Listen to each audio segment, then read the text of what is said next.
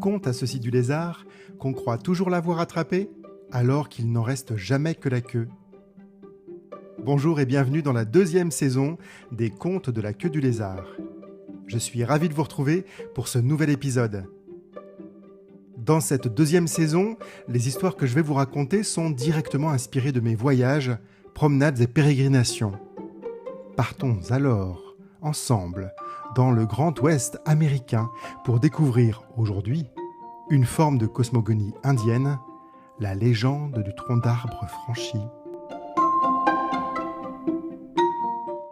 C'était il y a fort longtemps, quand toutes les premières femmes et tous les premiers hommes avaient disparu de la surface de la terre. Père Coyote, qui s'ennuyait ferme, gagné par l'amertume, se posa près d'un lac salé et médita un long moment. Il médita si longtemps que plusieurs montagnes, arrosées et abreuvées par des pluies diluviennes qui ne perturbaient pas le penseur, plusieurs montagnes donc, eurent le temps de germer, de croître et de s'élever autour de lui. Elles formèrent ainsi comme un amphithéâtre de pierre autour de ses rêveries. Soudain pris d'une illumination, Père Coyote s'adressa à la faune qui peuplait ces hauts plateaux. Il demanda instamment au castor d'abord de construire un barrage pour récolter suffisamment d'eau, puis au jet bleu de ramasser des brindilles pour construire une multitude d'étranges nids au sol, au bison d'engraisser pour garnir ses os de chair délicate et pour tendre son corps d'une peau protectrice.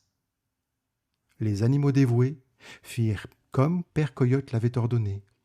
Et c'est ainsi qu'il y eut autour de l'amphithéâtre de pierre des réserves d'eau pour se désaltérer, de la viande pour se sustenter, des nids au sol pour s'abriter, des os pour fabriquer des outils, de la peau à tanner pour se protéger du froid.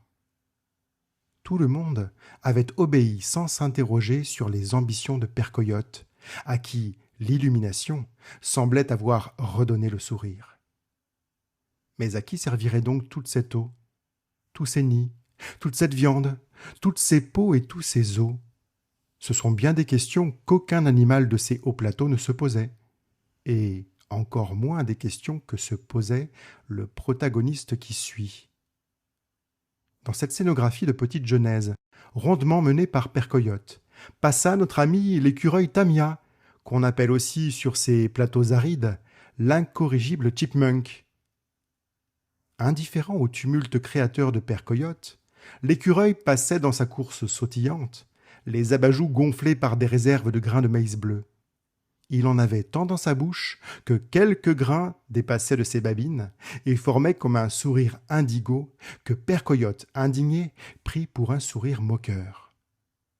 Le trouvant bien insultant, le créateur continua malgré tout son manège de démiurge en se disant qu'il s'occuperait bien de l'incorrigible chipmunk plus tard.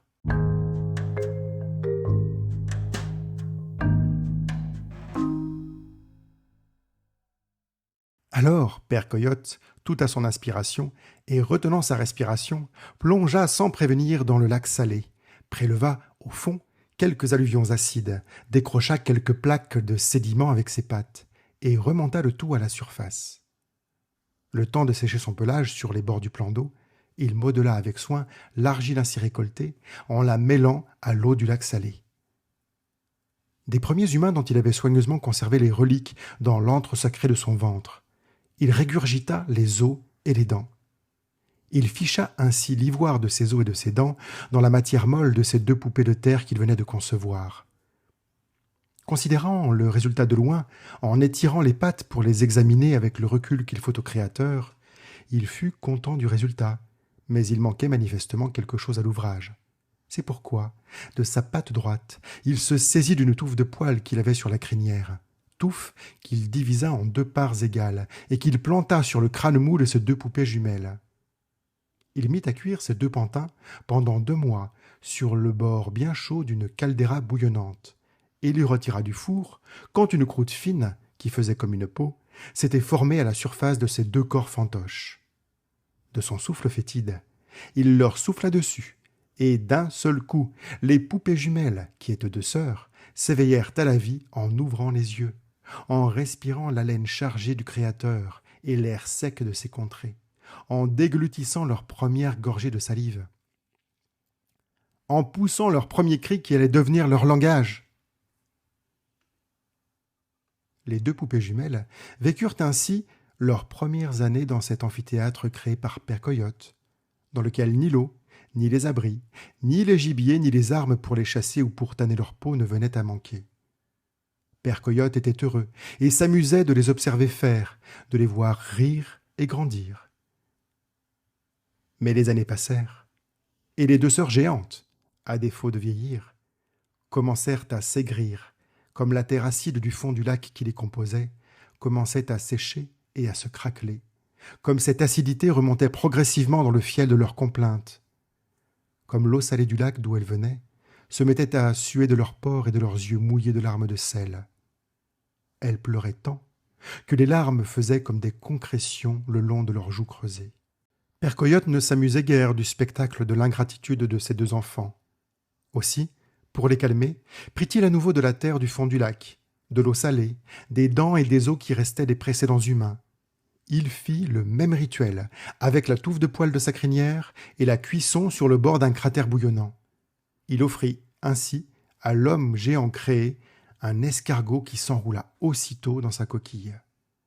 L'escargot bavait abondamment, et ce cadeau de Père Coyote suscita aussitôt l'envie furieuse des deux sœurs. Ce cadeau les intrigua tant qu'elles se battirent pour être la première à faire sortir le mollusque de sa coquille et l'arracher des mains de l'homme.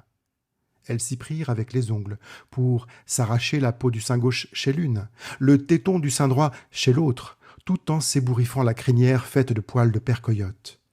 Rien ne semblait désespérer leur compétition, ni surseoir leur quête individuelle.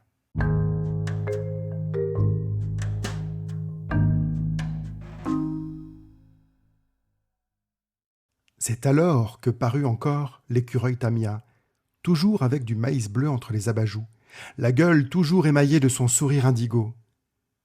L'animal se plaça entre les deux sœurs géantes, en se dressant sur ses pattes arrière et en étirant les deux pattes avant comme pour s'interposer.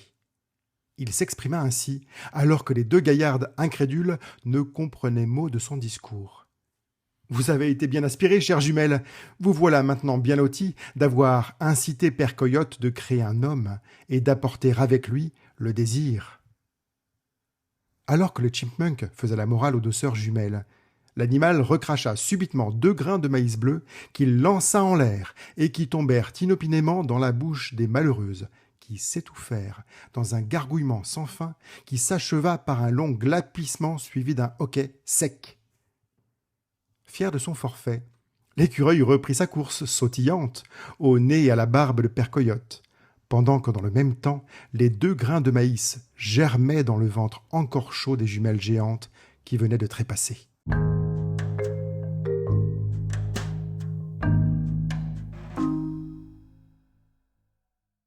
Désormais, seul être humain dans l'amphithéâtre de pierre, l'homme immense, le géant, profita des contrées alentour avec son escargot pour seul compagnon. Il chassait les animaux, tannait leur peau, profitait des tipis en brindilles et en bâtons formés par les jets, s'abreuvait aux réserves d'eau retenues par le castor, utilisait la bave de son escargot pour coller des feuilles d'arbre entre elles et former ainsi des chapeaux de fortune qui le protégeaient des impitoyables rayons du soleil. Il profitait de ce que le bon Père Coyote avait créé et lui avait offert. Tout était bon. Un jour qui n'était pas fait comme les autres, comme le maïs continuait de germer dans le ventre sec des jumelles, à l'emplacement macabre des grands corps des 2 sœurs, se mit à pousser un champ tout vert, duquel dépassaient quelques épis aux reflets bleutés. Un champ de maïs avait poussé là où l'écureuil Tamia avait lancé 2 graines. L'homme géant admirait ce champ tout bleu, qui se fondait avec la couleur du ciel, quand soudain, les plants de maïs se mirent à trembler, comme si quelqu'un les secouait par la base. C'était l'incorrigible chipmunk qui empoignait, agitait et bouleversait ainsi les plants de maïs afin de faire tomber les grains de sa récolte. Les épis de maïs ainsi malmenés se délestaient de leurs grains bleus. Devant ce spectacle de récolte singulière, apparurent aux yeux du géant des corps de petites femmes et de petits hommes aussi petits que l'ongle de son pouce, des petits êtres qui jaillirent des épis et qui se jetèrent sur l'homme énorme et sur son gastéropode démesuré. L'homme effrayé prit ses jambes à son cou, son escargot à son poing, et franchit d'un grand saut l'amphithéâtre de son habitat, sous les yeux ébahis de Père Coyote.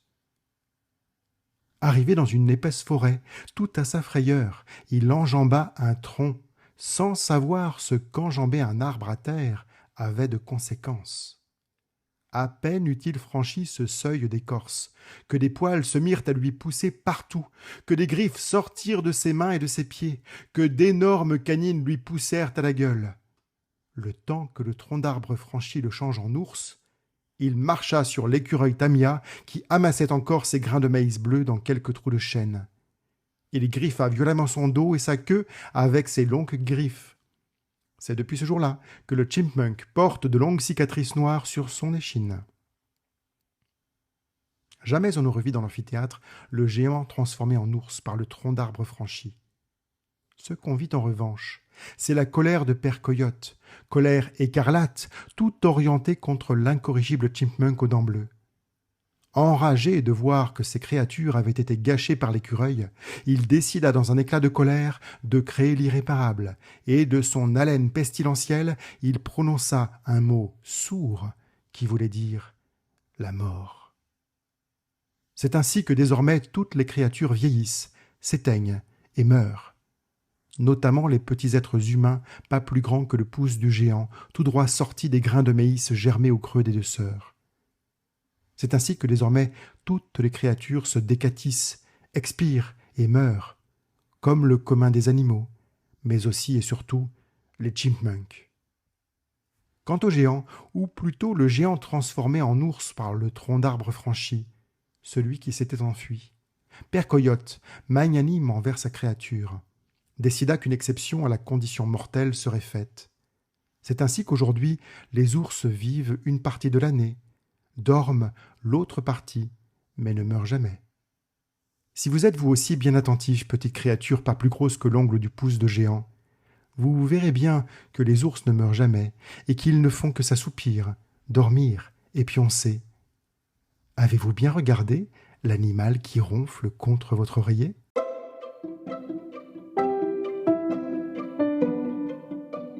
C'était la légende du tronc d'arbre franchi, un conte écrit et lu par Wilfrid Merklen, inspiré par un voyage dans l'Ouest américain. Pour retrouver d'autres contes, abonnez-vous à mon podcast, Les Contes de la Queue du Lézard, et sur laqueuedulézard.com. À bientôt!